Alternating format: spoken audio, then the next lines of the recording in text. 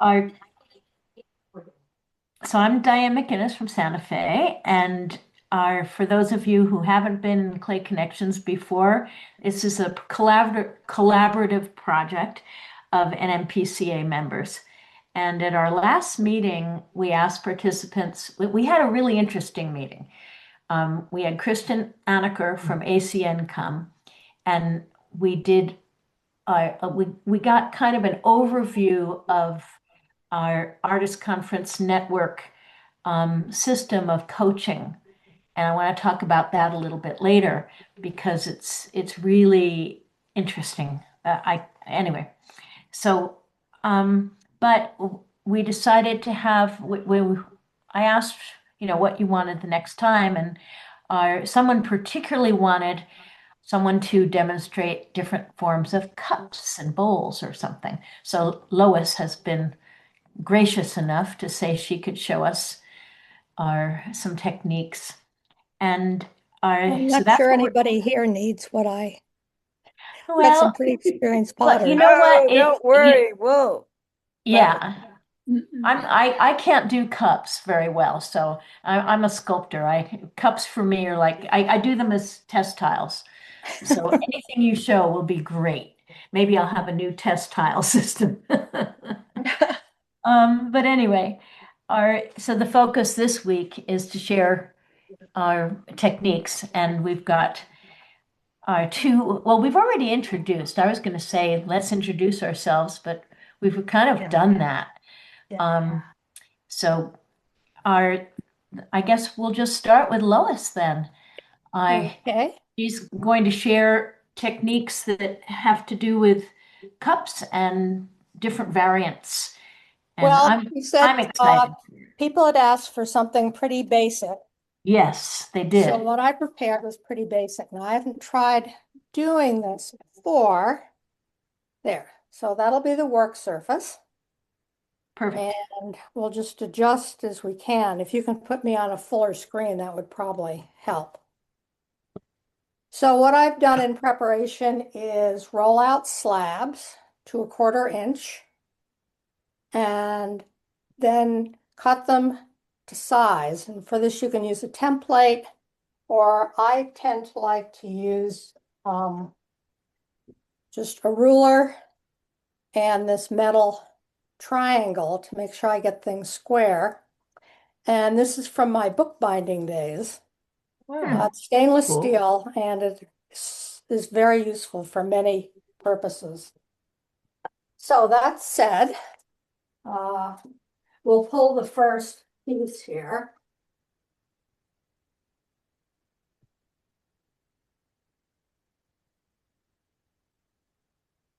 Yeah, my studio is very small. It's a spare bedroom.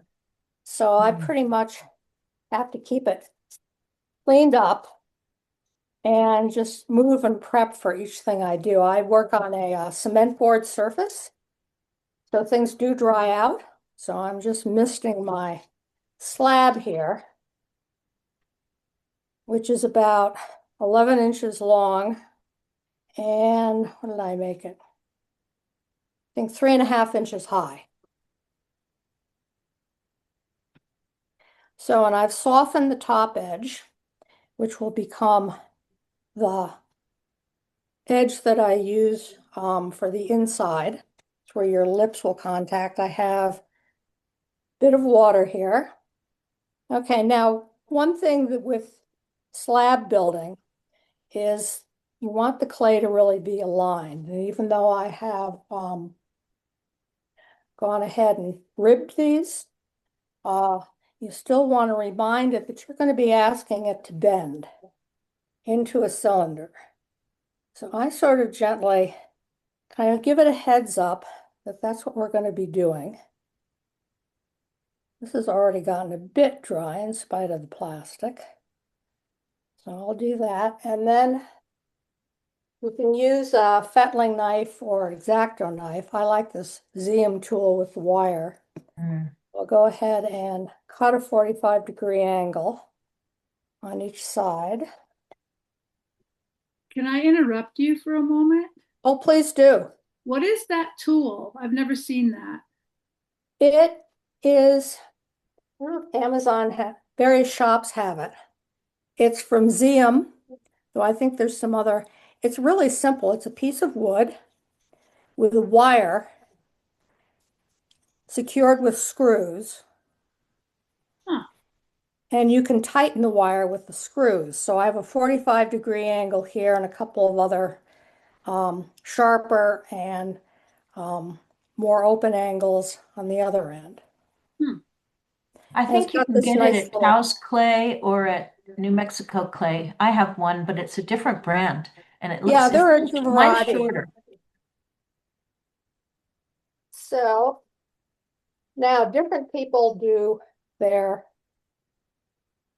slipping and scoring different ways. When I have fairly wet, damp, new clay that's nice and soft, Mm. I basically take a toothed rib. And when you're going to make a cylinder, you want to do your score one side on one side and then flip it. Because what I'm going to do is I coax it around again. I'm going to put it here.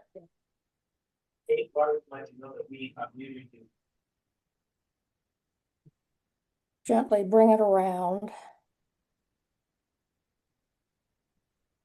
Still coaxing because I really don't want it to crack. And I say this in just in the, hour or so since I. Kate, I wanted to let you know we had muted you. So you're muted now.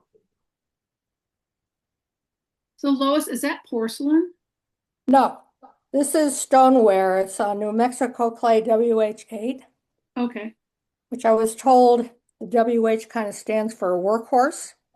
I Oh, don't know if that's true, but it makes sense to me. It really is a workhorse clay. It's a mid-fire clay. It has fine sand. Yeah, this is dried out enough, so I'm taking longer to coax it around here. It was dried about an hour, did you say? Yeah, I had it under plastic, but since my studio faces west and the sun has come around, I turned on my ceiling fan, which of course makes everything dry faster. Okay, Mm. now it's starting to feel it. So I'm going to bring these ends in and kind of like a zipper. I worry more about having too much overlap than too little Mm. because I want a strong seam. So I'm pressing it in here because the main thing is to have good pressure when you do this. And I'm not going to try and finish the seam. I'll do that after the seam is set up a little bit because I don't want to end up with a thin spot. So that's the outside. Yeah, starting to get a little crack here. And I'm going to reach into the inside.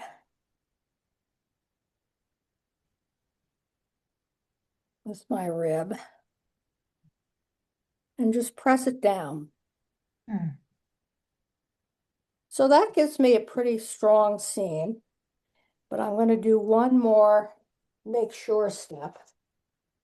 And I have this nice big dowel from the hardware store. I just put it inside so I have a curve.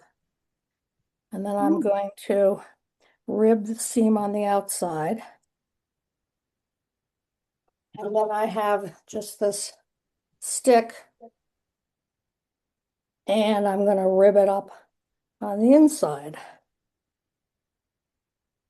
So as I say, later I'll go back and really flatten out the seam or leave it if I want it to show and, make it pretty. But right now I don't want to mess with it anymore because the most important thing is to have a really strong seam. And then the last thing I do before I put it over to set is to check the roundness.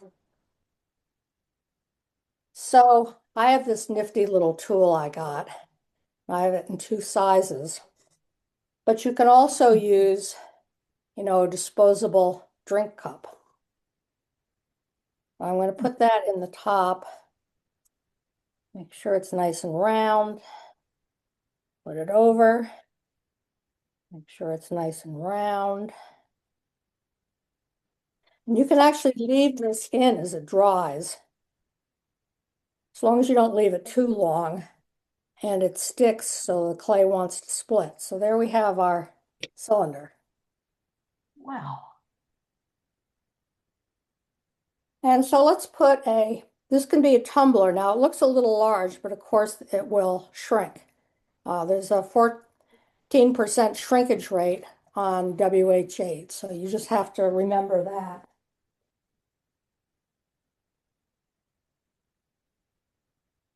Okay, now we're going to put a bottom on it. There's another piece of the 1/4-inch slab. And there are a couple different ways to do a bottom. One, I have this set of biscuit cutters, kitchen store, in all different sizes. And I know from experience that for this size, this is what I want for the bottom. But if you don't have these, you can also, after you've ensured your roundness,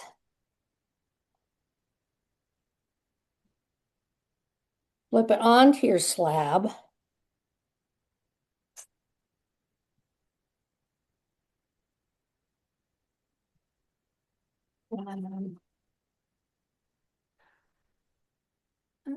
Lois, angle your picture down just a bit. Okay. Thanks, Leonard. I've never tried doing this before, so yeah, any coaching is much appreciated. Just trace around it. You can also, at the same time, cut around it. You're feeling confident that you've got things round in just the way you want it.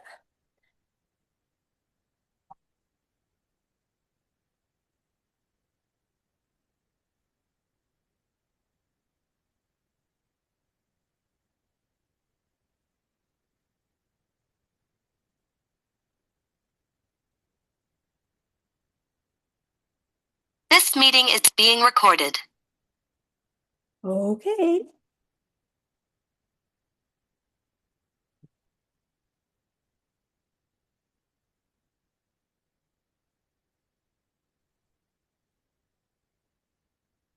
Okay, so it's quite as round as it would have been with this, but that's okay.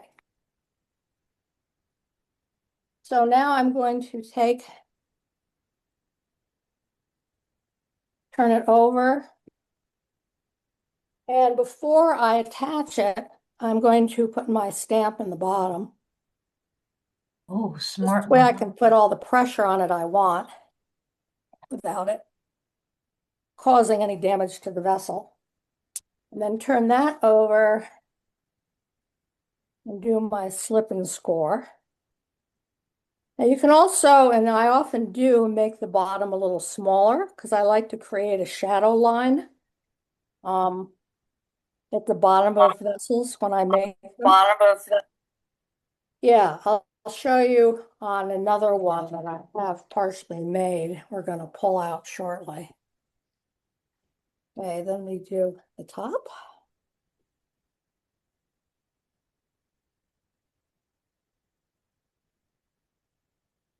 And pop this on.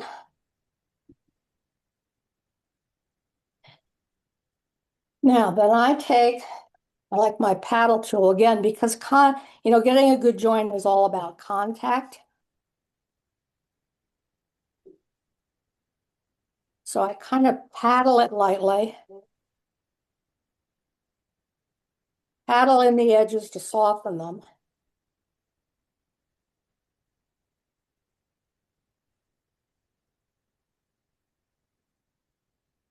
And then take my rib and, really reinforce that seam. Now, one more step before I turn it over. When you have a vessel, you want it to sit flat. It's usually going to be holding liquid. So what I do is take and just wet my finger and run it around the bottom so the bottom kind of dips in like this. Can you see what's happening here? Hmm. I would never have thought of that. Well, it makes a world of difference, and it's so easy to do, except when you forget it, then it's not as easy. Okay, and again, because I like kind of a little shadow line at the bottom of my vessels, I'm kind of working the seam in. Okay, so there we have it. I haven't cleaned up the outside seam yet, but there's one step we really can't ignore if it's going to be a good functional vessel, and that's putting a coil on the seam inside, because that's where we're going to get cracking otherwise. So, assuming it hasn't dried out too much,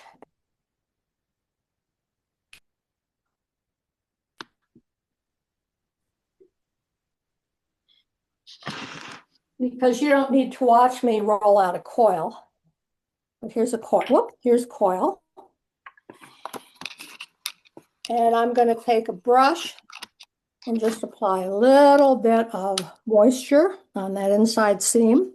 Again, if it was drier, if it had gotten even drier than this, I would use slip. And then I'm going to run a bead of water down my coil. And this I can't really show you, but guide it into the bottom. I have one tool, a couple tools I like for this. And just kind of push it up into, there we go, that seam.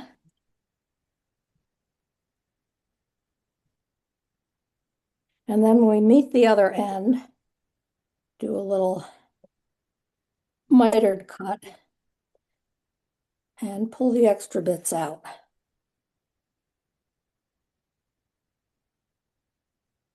Okay, now comes the key step.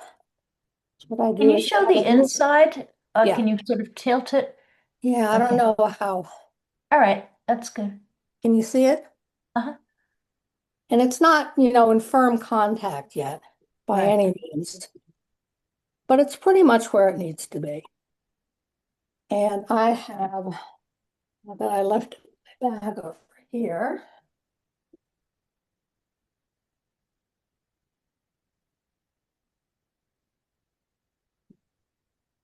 Oh, here it is. So you can use, this tool has a nice round end, but I kind of like this. It's longer and it just has this nice wooden rounded dowel piece on the end. Hmm. So I just take that and kind of mush that bead of clay into that seam. And that Did you will make keep it. that tool? No, I don't know where I got this one. I've never seen that one. No. Well, over the years, you just pick up these things Yeah. and you just work it into that seam. And then final thing, if it's a big enough vessel, I'll stick my finger in and really smooth it out. And I'll show you the inside. It's pretty much smoothed. There. Now we shouldn't get cracking when it's fired. Wow. And again, I'll go back and clean up the seam. It's easy if you do it when the clay is fresh and wet. You often end up with a thin spot where the seam is because you're putting pressure on it. Mhm. And of course, a lot of people, since we're more interested in showing our process these days, don't bother to really finish their seam, or they make it a decorative element.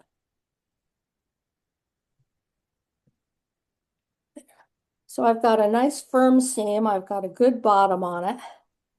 And now, but since I've just seamed it, I don't want to go on to doing alterations on it. So I'm going to put it under plastic.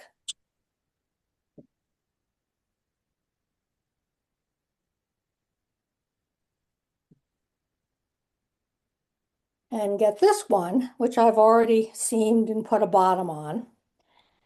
And now, so we have a nice looking, slightly rounded bottom. I've got my shadow line.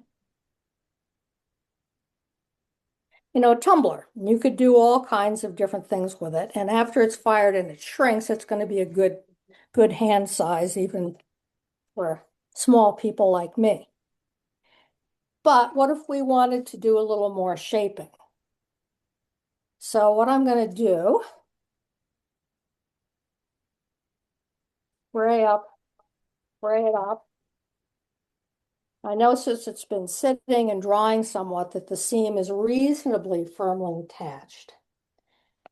And I'm going to take my rib and start pressing it out from the inside. See if we can give this a little bit of a belly here.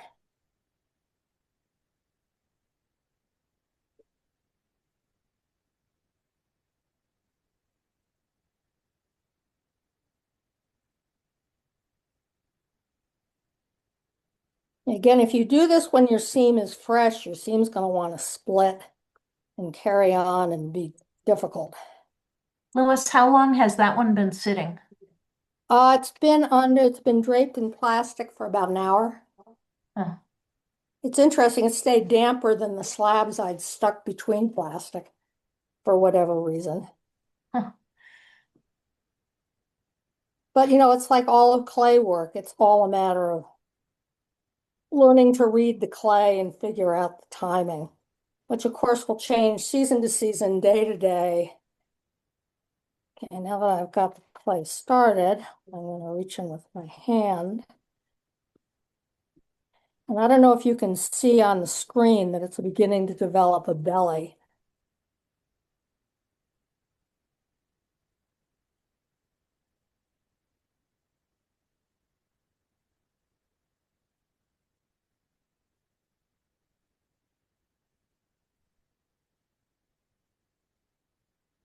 I'm going to work the bottom in a little bit and then work the rim out a little bit.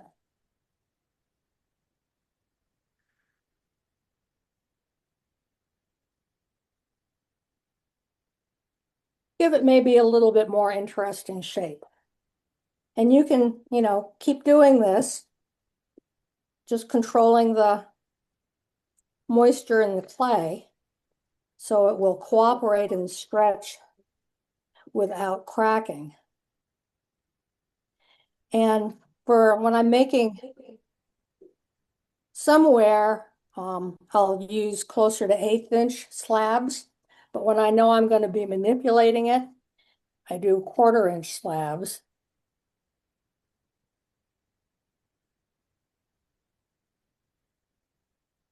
Wow, 1/8 inch, that's really thin. It is. Well, it's not quite 1/8 inch, it's approaching 1/8 of an inch, but it's thinner, if you want a really nice thin.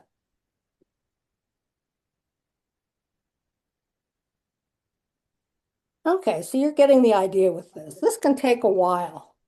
If you want to really flare out the rim and keep bellying out the center. Let's see, can you see? It's starting to develop a little flare here and a little belly here. So then you can go ahead and, put a handle on this, make it into a mug. Yeah, it's looking very nice, Lois. Thank you. Sure is. And just to reinforce my shadow line, I'm going to take this pointed end and just clean it out there a little bit. And I'll do a little more work on the seam here. So that's, alterations you can start to do. Lois, you did so many things that were just things that, because I don't work in cups and stuff, I didn't know about. And now I know why I don't. Well, I do it, I go back and forth between more functional hand-built ware and sculpture. Partly because I get to go to Telluride and spend a couple of days with my woodworking son selling more functional wear at Christmas. So it's worth it to me to develop my functional skills for a couple of days with my adult son. Uninterrupted, no kids. They come to visit, but they don't stay. So anyways, that's the beginning.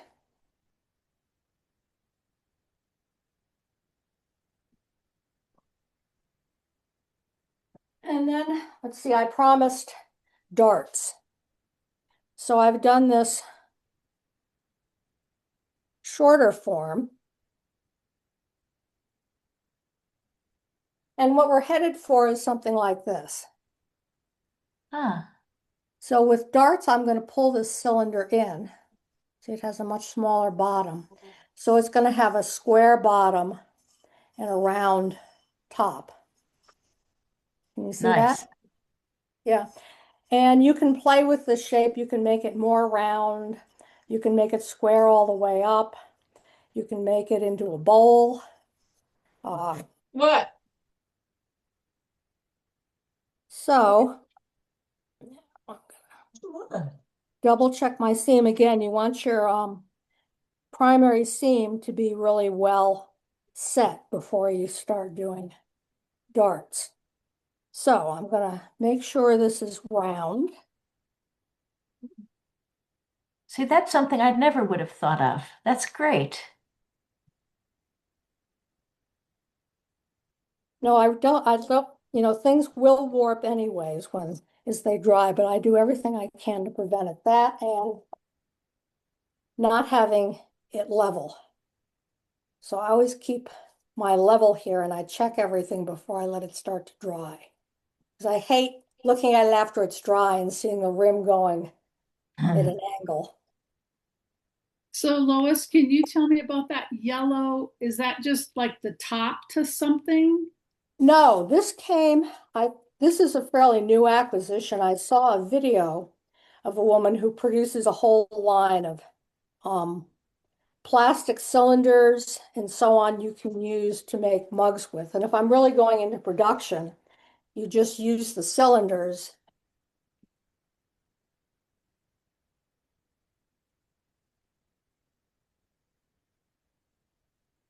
Like this. Oh, This more for a latte cup, and this, you can work in at the bottom and do whatever with. But they make it so it's easy to produce things fairly quickly. But they're not worth investing in unless you're going to do enough to make it worthwhile. Okay, so darts are a way of being able to move clay inward. So again, I'm going to dampen this up here. My studio's gotten really dry with this afternoon sun coming in and the ceiling fan on. So the first thing I'm going to do is pick 4 spots, avoiding the seam. So I'm just going to eyeball it.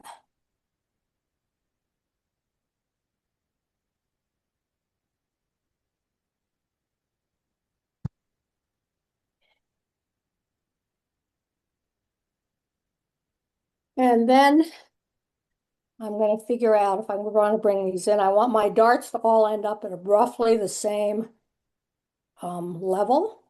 So I'm going to cut them down to here.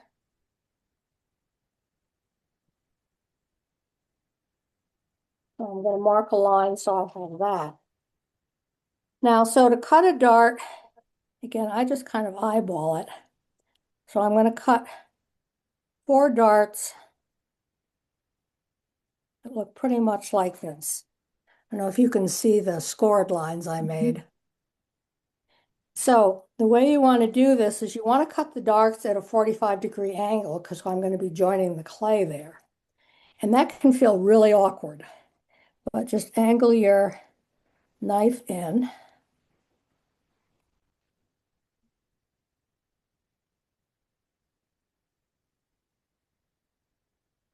And there's our first start. And I have, a roughly 45-degree angle. So I'm just going to go around and cut all my darts. And if I want to make sure that they're reasonably consistent, I can trace the dart I've already cut.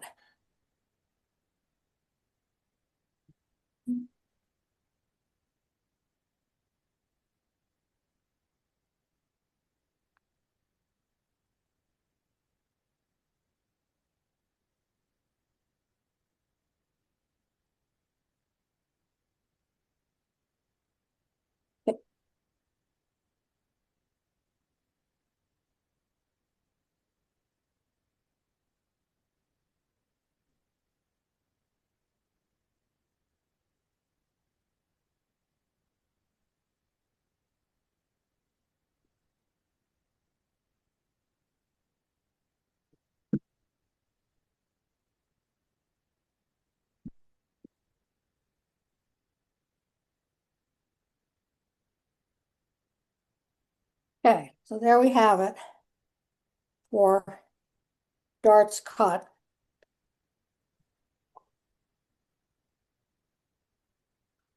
And here we're going to go with our slip and score. And again, you know, if you're more comfortable using slip, do it. Vinegar water, magic water, whatever works. I mean, I think everybody figures out.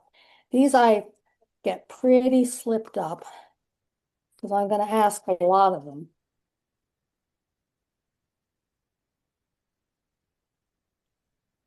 I push them in. And it's not unusual to then see like it's going down at the top. You can see it's angling down. Don't worry about it. So I do that, and then I reach in with this and kind of smooth out and reinforce the seam on the inside. And you don't have to be neat here. We're going to be cleaning these up and shaping this little cup. So excuse the repetition, but we need to do all of these. Yeah, Diane, just cut me off if we're running out of time. Well, got 2 minutes. Thanks. Okay, we'll be close, but we may make it.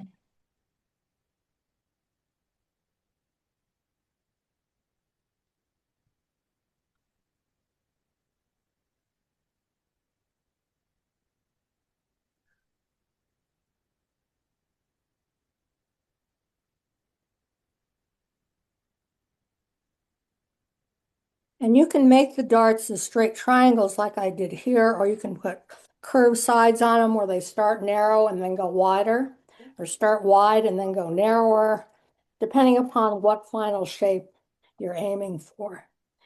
You know, it's fun. It just, you know, take some scrap clay and experiment, because you can do a lot with darts. What was the shrinkage rate on WH8? Pardon? What's the shrinkage rate on WH8? It's around 14%. Wow, that's a lot. It is. I've kind of gotten used to it, but no wonder it looks so big. yeah. That's kind of good though, because you can get your hand inside it easier. Well, you can, and you know, it's a pretty. It has doesn't have grog, but it has fine sand, and it's pretty forgiving. And I do abuse my clay. You know, I'm not as careful with my slabs and as so on as I probably should.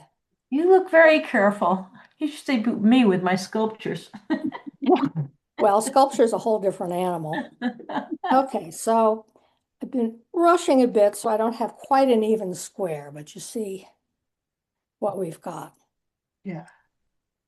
So I can quickly, why don't I put a bottom on this? You can move on to other territory and come back briefly, and I'll show you how we can Well, maybe we can see if there's any questions while you're doing that stuff. This is the Okay. question Well, I just period. know I know my time's pretty much up, so. All right, so what I'm going to do.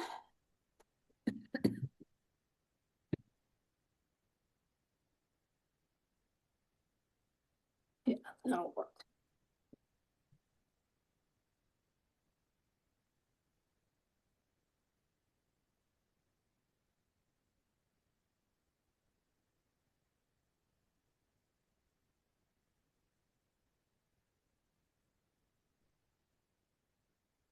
Okay, so I've cut my bottom.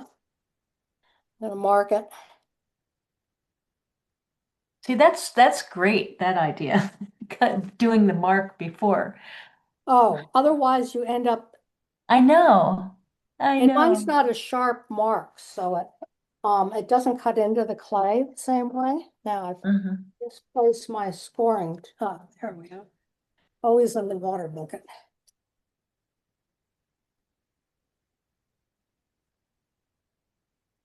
Now, so this I'm going to put on a little differently because I have to trim it. So I'm going to rock it to try and make sure that I've got good contact. And then move it back to the table to trim it.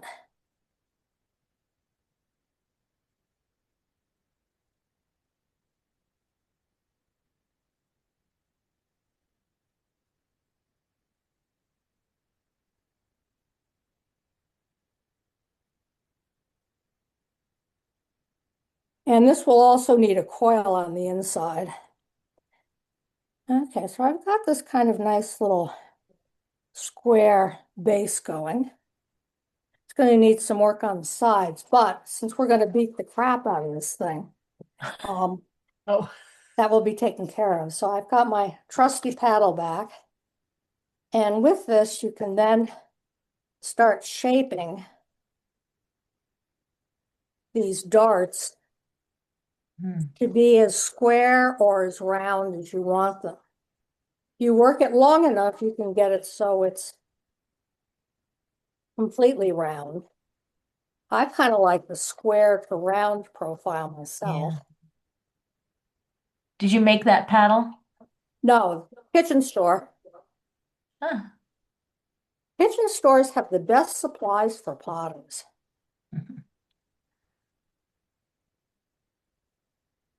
Also, cake decorating has all kinds of fun stuff.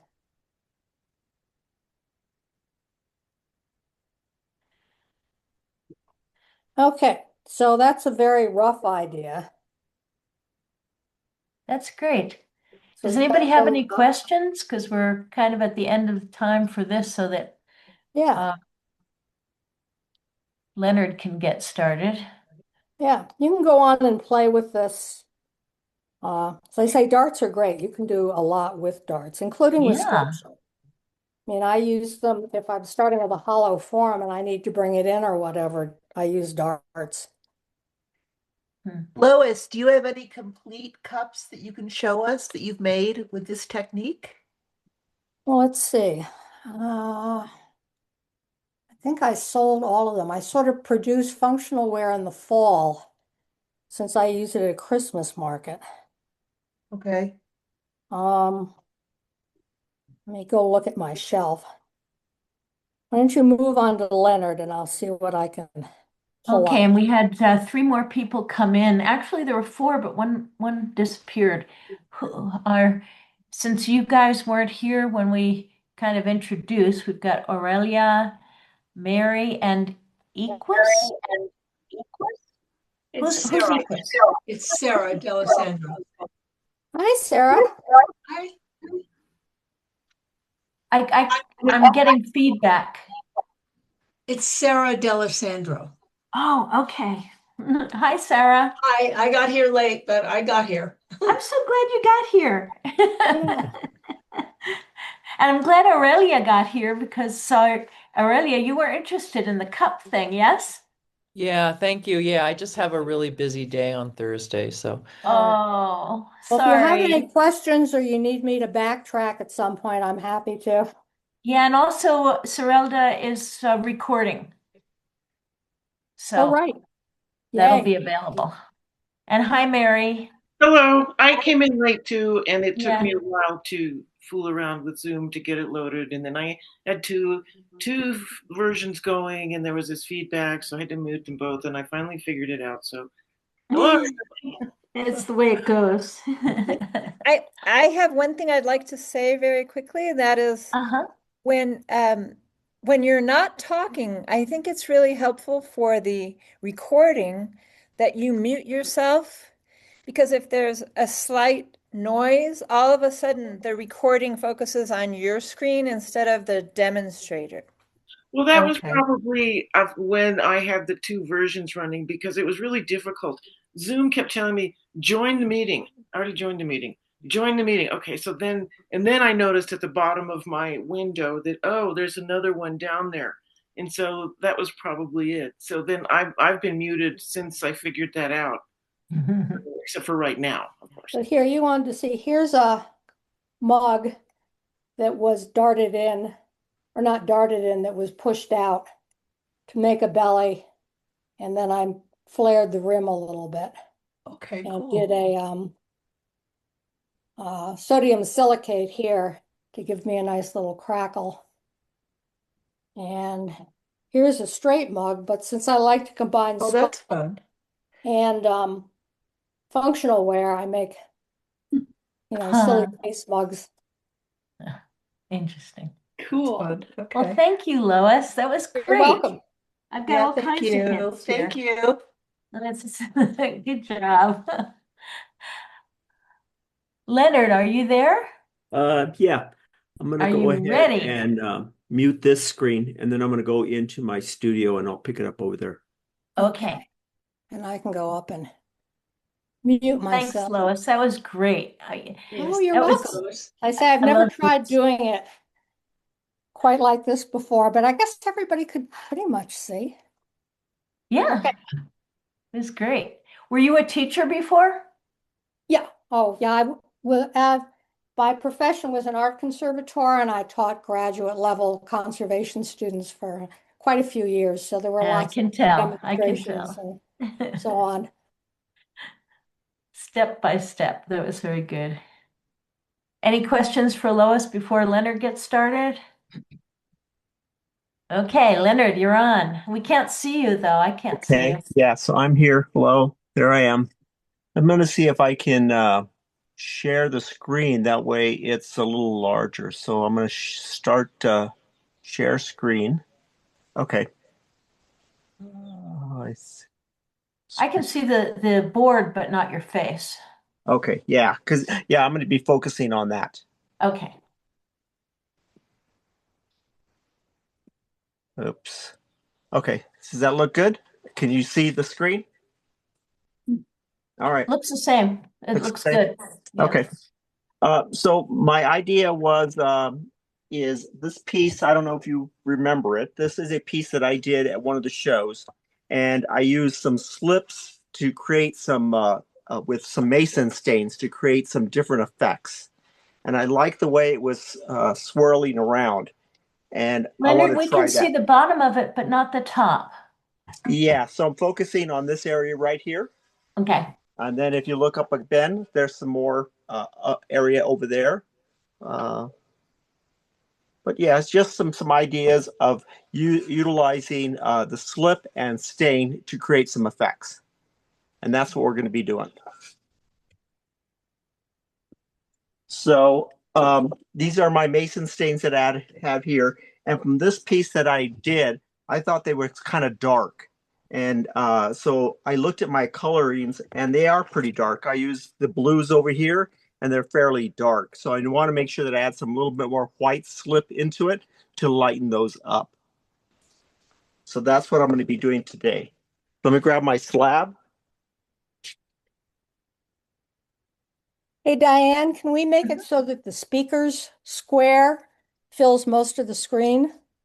And you do that on your own screen itself by Okay. going up. Let's see.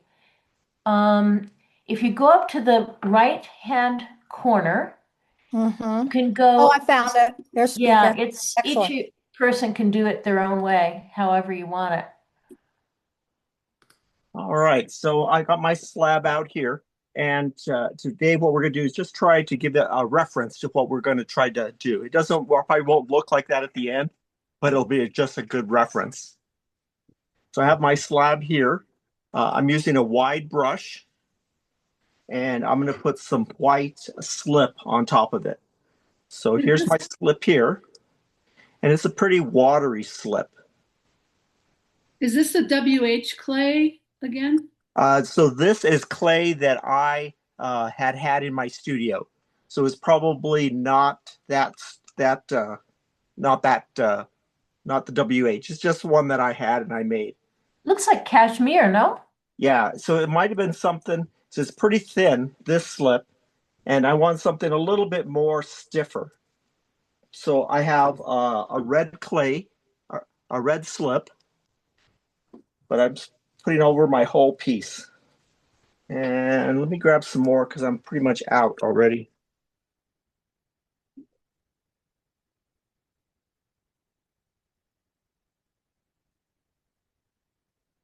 Yeah, it kind of hardened up inside the bowl here. Leonard? Yes. Oh, you can hear me. Good. Why are you putting white slip over a white clay base? Because it's going to be that's what I want to draw on. So it's drawing on the clay. So Okay. I have lots of slip across the whole piece. Mm-hmm. Okay. It's just so you have a wet surface. Exactly. Yeah. So now I'll get another brush. This is a Bristol brush. And what we're going to do is start with the sky and work on the sky. So I'm going to put it into the slip. And then I want some blues. So here's a baby blue, which I thought is a baby blue, but it's fairly dark. So when I put it in there, you'll see that there's some mason stain on the brush, and just kind of brush it in. Is that just the powdered mason, or did you already mix it? Correct. Okay, you didn't have water in it. Yeah, so I did some testing, like some watercolor, where I added a little bit, and that worked out fairly nice. But I wanted a little bit more texture. Okay, so there's some, and I hope it's coming across. It's fairly light, but that's what I wanted. I thought it was too dark before, so I wanted to lighten it up a little bit more. So now there's some sky, and now I want to create this orange band across through here, red and blue. So get a little bit more slip. This is a red mason stain.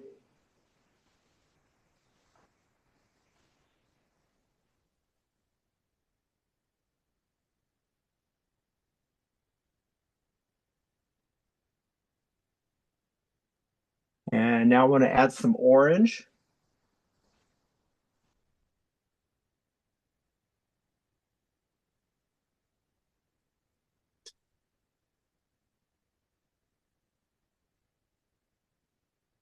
And I want some yellow.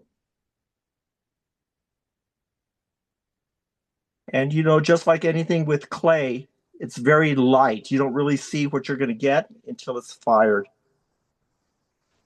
Well, it'll fire a lot darker, won't it? Correct. It's going to be a lot darker.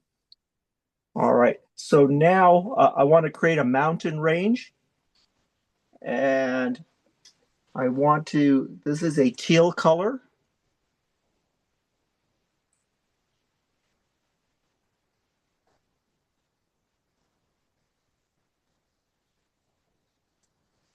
And I want to get some texture. So I'm getting some of the slip that is a like an earth tone, and kind of mix it in there to give it some levels. A little bit of green in there.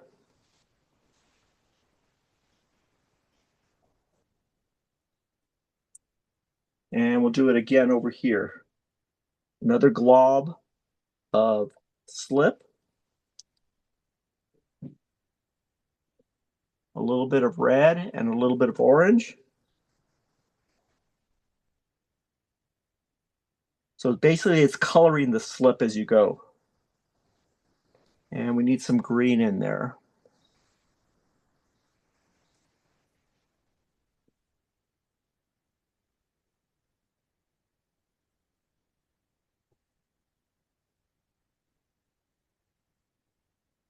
And we want some grass in the bottom, so I'm going to use a yellow for the grass.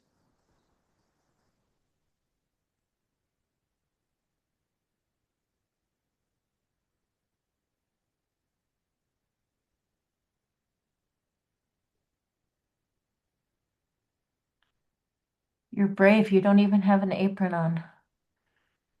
No. I'd be spattered all over the place. All right, and then we're just going to add some accent color. I have a little bit of a pink here. So we're going to dab some pinks in there. And I've got some violet over here. So add another little violet in there.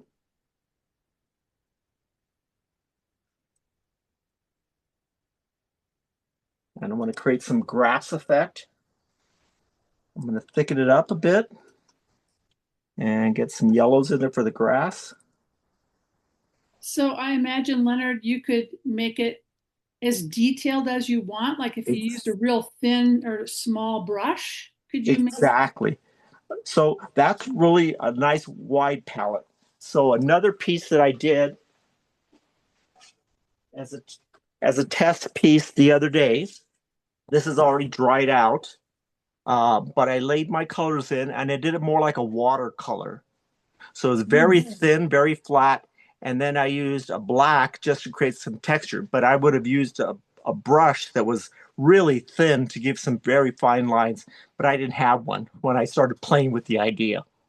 We'll test So and see that's what it not does. fired yet, is it? This has not been fired yet. It's just Right. bone dry. So we'll get these both fired, and then we'll probably put a clear on top of it to see what they do. And that's pretty much it. It's just an idea of playing with layers and textures, and you could do as much as you want with it again. So if I add, There's no difference between the powders that you have in the flat tray and the ones that you have in the other tray. It's just you have different trays. Is that all? correct, yeah, each for different colors. Another option that you can do is like you can add some water to it. So let's say I'm going to get this green over here, put it over here, and a little bit of the yellow. And then I'm going to add some water to it. And then get a nice fine brush.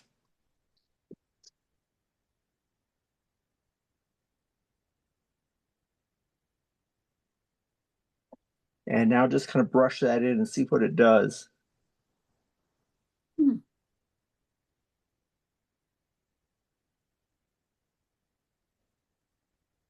So then what would you fire this at?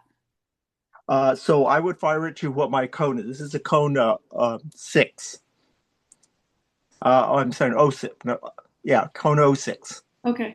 Yeah. Oh, low fire. Yeah, it's a low fire. That's what this piece was done on.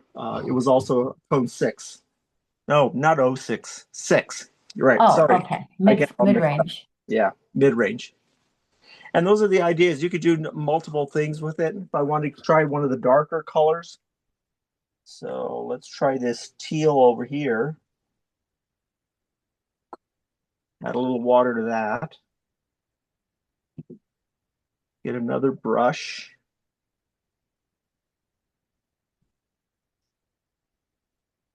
So the piece that's the three-dimensional piece over there, you built the piece first and then you did this on it. Correct, yes. Yeah, okay. And then, so then do you biscuit first and then go to 6? Or do you just go directly? Correct. I think I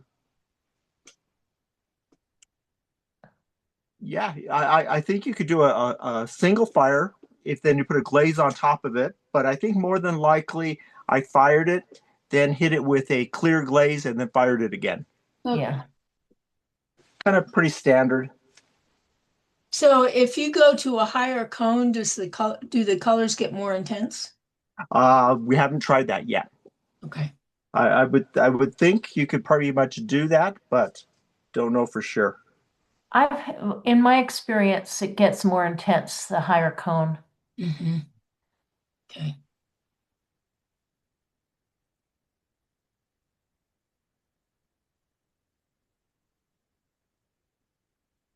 Leonard, can you talk about your slips there? Are those ones you made from dried clay? Yeah, I usually get some just a regular clay, break it up to create my slips.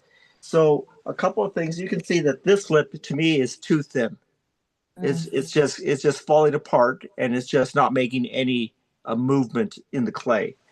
While the red, the earthen tone, it sticks. I mean, it's like butter, and it'll create more waves and more when you're trying to do more detail work and you want that detail to show up. You want it to be able to stay where you put it. So definitely you want it thicker. Texture, yeah. You want to make texture with it, right? So that's what I did over here. I wanted more texture. That's why I used this clay body. But you make sure that it's the same cone as the clay body that you're painting on. Correct. Yeah, you would always want to stay with the same Right. clays that you're doing.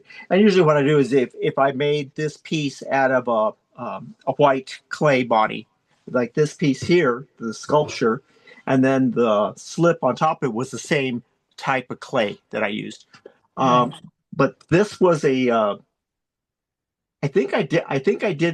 a regular, I didn't use the same body of clay because this this was sculptor super sculpt, and it has too much grog in it. So it wouldn't have made a good slip that moves. So I probably used a regular white slip on top of it. But I knew the two would work together. Have you tried just the mason stain with water and no slip in between? Yeah, so this piece here was done that way, where I just put it really made it. It was more like watercolor playing on the clay. I see. So I'm anxious to fire it, see what it does, and then I can play with it again. So trying two different techniques, one with the slip and one with just the mason stain with water. Cool. So Leonard, are you going to, the one that you just showed us, are you going to fire that twice? Yes, I probably will fire it right. So I'm going to see what it does, and then I'll do it again, and then I'll send everybody the pics of it, the final piece. That way you can see the intensity of the colors. And I might even do another one with the more of a scale, because I need that scale. So I can put my slip on my mason stain at the top and then lighten it up, see how light it goes. That way I'll have a range of where to play. So I'll create a second piece on that when I have a little bit more time. And that's pretty much it. Boy, simple. Nice. Yeah. Very nice. I like the watercolor application. I find that very interesting on a three-dimensional piece. Yeah. Have you tried putting any Gersley borate in with it at all? I was just going to ask about that. I did think that would be a great idea, since I was able to get some of the slip and use my slip as my lightener to lighten it up. But yeah, I could take a 50-50 on the mason stain with the Gersley borate and then play with that again.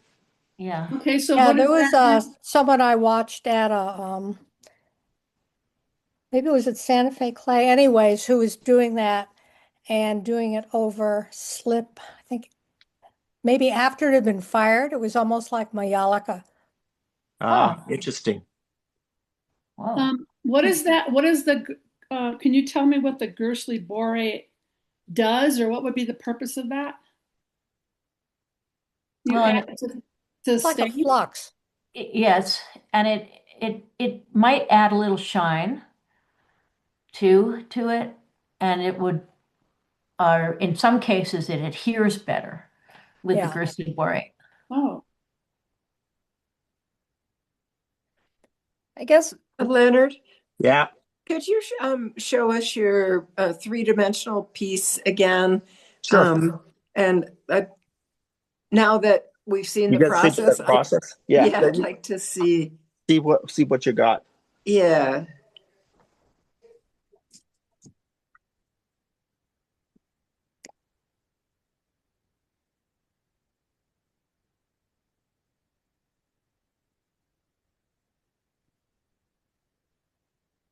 Okay. So. Oh, nice. Oh yeah, that's.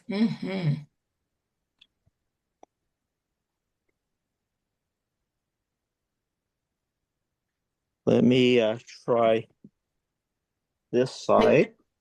You've got a clear over that one. Yeah. Yes, this has a real shiny clear, exactly. And it looks like you use darker colors. Right. I thought they came out way too dark and I wanted a little bit more. So I want to try getting some lighter blues and lighter colors. That's why I kind of played now with just putting just a little bit of color in to see if I get some lighter shades. It also looks like you layered the slip a little bit more, perhaps. Right. Yeah. There's more texture at the top. Exactly. The thickness of the slip gave it the more texture. You can definitely see it down here in this area. Isn't that nice? Yeah, that looks Mhm. great. And over here where it's more smoother, Uh-huh. so the body was textured already. So that helped out. But What you was Oh, can the really see it here in the sky. I don't know if you can see that there. It's probably not. Yeah. So Yeah. it's more scraping over here. Oh, yeah. That's what great. was the base clay body? So the base clay body was super sculpt. That was Super Sculpt. Yeah. And let me ask you something about the Super Sculpt, white Super Sculpt. Um, are does that have a lot of texture that if you didn't have anything on it, it would be like if you were making a face, for example, it would be bumpy, like Right. um, it would be. Yeah. It wouldn't Yeah, be so you that's could what I carve thought. into it because then you're gonna pull a piece of grog and it's gonna pull it Right. out. Yeah. I'm trying to find a sculpting clay where I can work big, where the face doesn't look like it has freckles. Ah, yeah. I mean, oh. it's so hard because, like uh, there's an '04 red that's really nice, but um, it doesn't, I mean, it's not really meant for building and having something hold up when you build big. Anybody have any suggestions? Put You know a, who would know is Liz Hunt at the college, because that's what she does. She builds figurative pieces out of all sorts of clay and teaches a class on building Yeah, I them. don't know. I mean, I know of her, Yeah. but I've I I never. don't might be know able if, to find out from her for That would be you. great if you can Yeah, email me. I can My ask email is her. in the chat because Okay, I'll I've ask got her because 14 or 15 different clay bodies here and I keep trying different ones and I'm never quite happy. have you tried New Mexico Sol? Yes, oh, terrible. Oh, I built It some large things with that. I've had things crack. I've got a large one I'm looking at over there, a large bust, and it just didn't hold up. Huh. and It's got you're firing cracks to on the neck, six? and Yeah, because you the know, big because I lay a Afghan lot man of clay on. that I I lay had a in lot the of clay on. the big Afghan man I had in the it's unimportant. showcase at the airport. It's Mhm. about, I don't know, a couple feet tall. And the New Mexico Sol worked really well for whatever reason. Was any of the clay really thick I anywhere? hollowed it. Hmm. Yeah. Yeah, No, I made I've sure had bad luck and I didn't. I followed proper protocol in terms of making sure, it was hollow. But yeah, there were some areas that were maybe an inch, Yeah, because sometimes but I I have big tried to keep it hair. as even as You know, possible. if I've got big hair on the top, it weights everything down. Then you've got a thin neck and the neck's crack. Yeah. Yeah. I'll definitely ask her. I'll see her on Monday Oh, because she great. teaches the same time as the class that I'm taking in wheel throwing. So she'll probably know Okay, and you've because got my email from the yeah, chat? Okay, yeah. great. Any questions for Leonard? No, that was nice though. Just what I wanted to know. That was great. Yeah. Yeah. I can't wait to try it. And I love the pill bottles for the different colors of Mason's. Yes. That's brilliant. Yeah. The only good thing about medicine. That's funny. I loved should it have because you could get the painterly, the brush strokes, and the relief. Yeah. And Mhm. it's not necessarily about line, it's about blending and I loved that. Yeah. This was a great ice chest. I found it at the thrift store and they had two of them and I grabbed one of them and I wish I had grabbed them both. Oh, yeah. Oh The, yeah. the second one I found at the thrift store was this one and it comes with a lid. Oh, Oh, nice. It'd Oh, be a nice. that's Yeah. Oh, cool. that's a good idea. Yeah. So now I can put my colors in there and I'll make a chart for the colors on each one. That way I know what it is. But thrift stores have a lot of great stuff. They do. Hey, Leonard, Yeah. When you buy the mason stains, what kind of volume do you have to buy?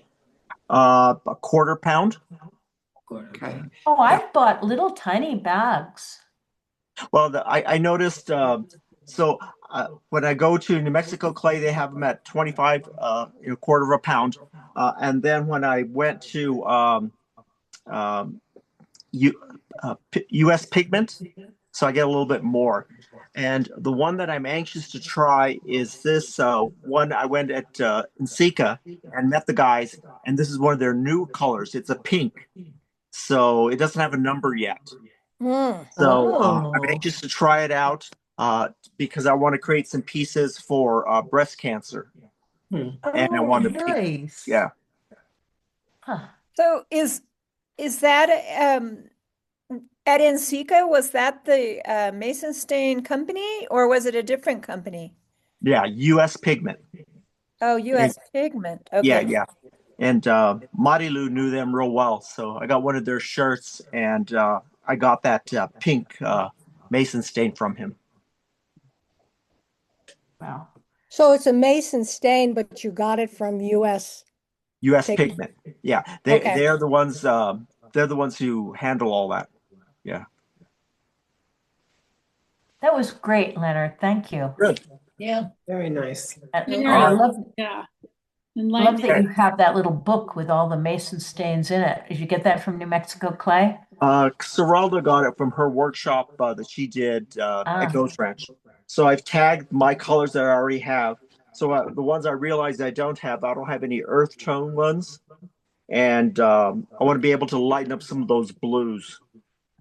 So, and Yeah, I think you can order it when yeah, if you order from, a supplier, you can usually tack that on. I think that's where I got mine. yeah. so any other questions for Cool. Leonard? Okay. All Well, right. thank you, Leonard and Thank Lois. That was fabulous. Fabulous. It really, look at all the talent we have in NMPCA. It's great. And we can just share and all these little, just all kinds of little details that we don't realize we have, like, and it's great to share. It's really, this is the collaborative clay connections. So this is the time when we usually talk about what we want to do next time. And I know that in the last artist conference, the last clay connections, we had Kristen come. And I talked a little bit about that, about ACN, Artist Conference Network, and the coaching technique. She's willing to come back again. So that's one possibility where we would each get an experience of what it's like to coach one another. And that was she and I were in ACN over 30 years ago. I can't remember when.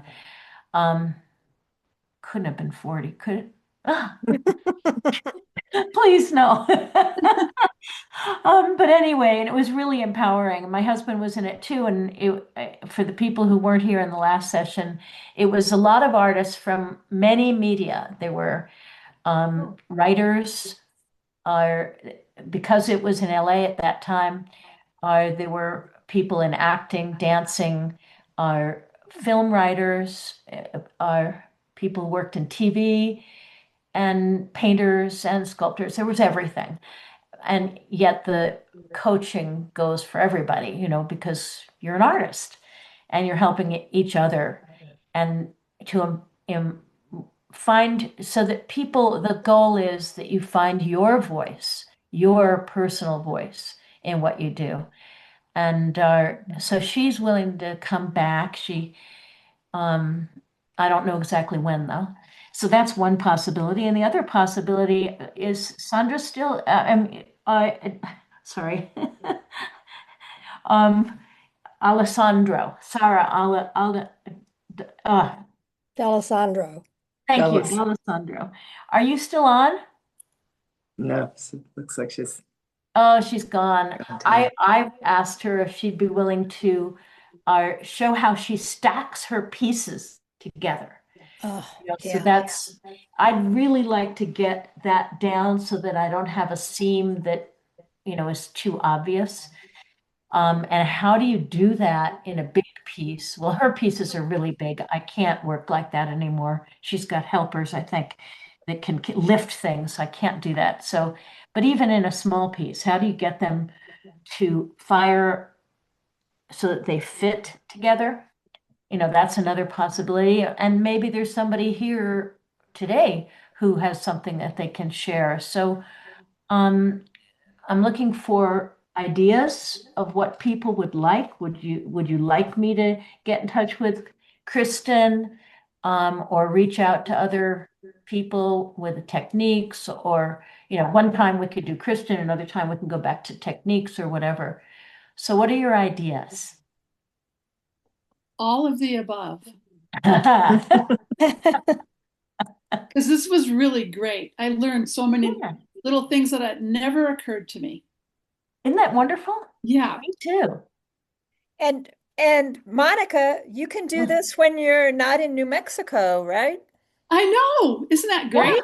That's Yeah. right. When you go back to Alaska? Yeah, for the summer, and then I come back here September 1.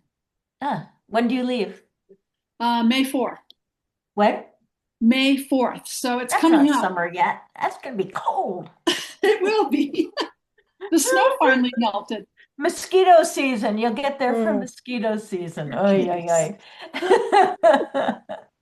I have something to throw out. Mary Simmons, who's on with us today, she and I both have a lot of interest in geology of clay. Of course, she is an official geologist. And at some point, we would like to, not maybe even this year. I don't know, Mary, huh? But I could do it anytime. Anytime. You're probably way busier than I am. And, I have all of that at my fingertips still because I think about it all the time. And so anytime you're ready, we can put something together. And probably not like next week or anything, but no. So throw that in the hat and get feedback if people would want that. Mary, what is what is it that you would share? I have a master's degree in geology, and so I have a lot of, and I also actually ground up a lot of things when I was working on my thesis. And so I know a lot about the chemistry of rocks, which looks an awful lot like the chemistry of, I don't know, Cone glazes. And so I really learned a lot about pottery or geology or clay, working clay from geology. I've been doing clay since I was in high school, but the geological aspects for me are so incredibly interesting. That I just look at clay things, and think that they used to be rocks and everything did. So anyway. When I'm thinking, as you say that, I'm thinking about Jenna. How many people know Jenna? A lot of people. She digs her own. She was recently on the board. Yeah, she digs her own clay and stuff. And I was hoping she'd be on tonight because I had asked her if she might want to do something, and maybe a combination, like we had two people, you can't really have more, of the chemistry, and then her maybe talking about the kind of where she gets her clay or what she does, the whole. That would be fascinating. That would also be interesting to me because I have collected clay from our landscape and processed it all.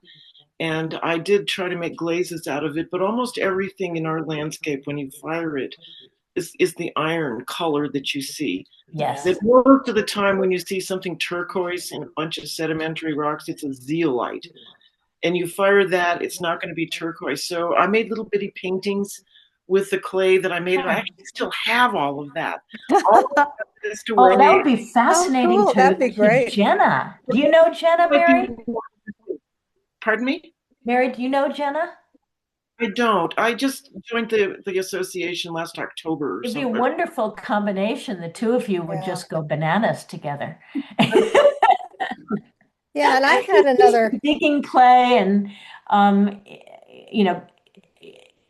making things and for her to know about what you know about, what a Yeah. conversation. Well, it is impressive to expand our talking to each other's experiences. Mm-hmm. You know, like geology, for instance. And I like to say that, you know, that line that separates your right brain from your left brain, I use it as a jump rope. You what? Use it as a jump rope. Oh.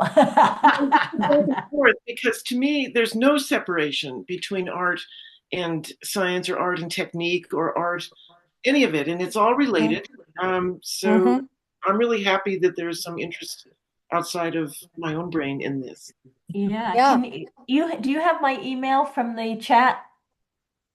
If you look at the Probably. chat, But my yeah, email but is I think I have everybody's because I'm on that meta, no, what's it called? Help me out here. I don't know. The I'm thing not that all of connected. our files are stored on that we share with each other, Google Docs. Yeah. Don't you have stuff there? I mean, I can find your email address. I don't know that you It'll be on the can. website under members. Oh, under members. Anyway, Yeah. it's storyscapes108@gmail.com. It's a new one. You know, in the membership thing, I don't know if it's the new one. And the old one, it wasn't Yeah. working. Yeah. So your new one is on the membership. It is. Yeah. Okay. Yeah, because if you, Mary, if you can send me your email, I can talk to Jenna and see what we could work out. Sure, and I'll send you, I have a little thing I wrote on my webpage about what I did with this clay, and I got really enchanted with the way that it dried and all the mud cracks that it made, and I'll send you that. Oh, I like that. I love cracks. I love cracks. I do. I like to try to create them in some of my pieces. What's your website? MaryCSimmons.com. Mary C. Simmons, SIMMONS. SIMMONS.com. And I've been working on it lately, but that article should be there. I actually will check as soon as we get off, and I'll also email it to you, as well as to Sorelda, because we've been talking about that as well. But yeah, it's just so much fun. Clay, no matter what you're doing, if you're processing it, if you're looking at the cracks that it makes. I lived in Indiana for a while teaching geology, which was not very easy because they don't have any. But one day the kids were at this stream, and I noticed the mud cracks, and the little mud cracks they were dry, and they had raindrops in them. And so I picked up one, and I took it home really carefully, and I fired it. So I have this little bitty mud crack that has a raindrop in it. Oh, sweet.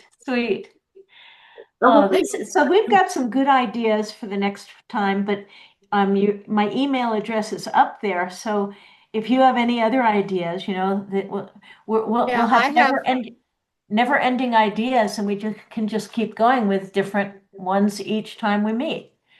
Yeah, I would like to put a plug in or a request in for tiles and mosaics. Tiles and mosaics. Okay. So maybe what we'll do is put something out in the e-news saying these are the requests or whatever, and we'll see what we get. Tiles and mosaics, the I'm geology. someone that does both of those. I know. You mean you, Sorelda? Yes. Okay, I'm going to put that down. And I really would love to see if Sarah D'Alessandro, right? Could do the fitting together of pieces. Okay, so we've got so many ideas. We've got at least 4 different clay connections. All right. Well, it's already 6:31. I try to be on time. So I think unless there's something else somebody wants to add, maybe we can sign off and meet again. Thank you so much. Thank you. Thanks, Thanks, guys. Lois. And thanks to Leonard and presenters. That was Sorelda great.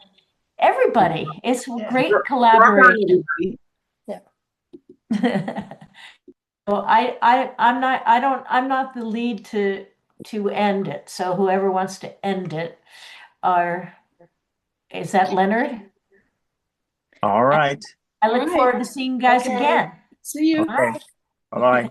Bye.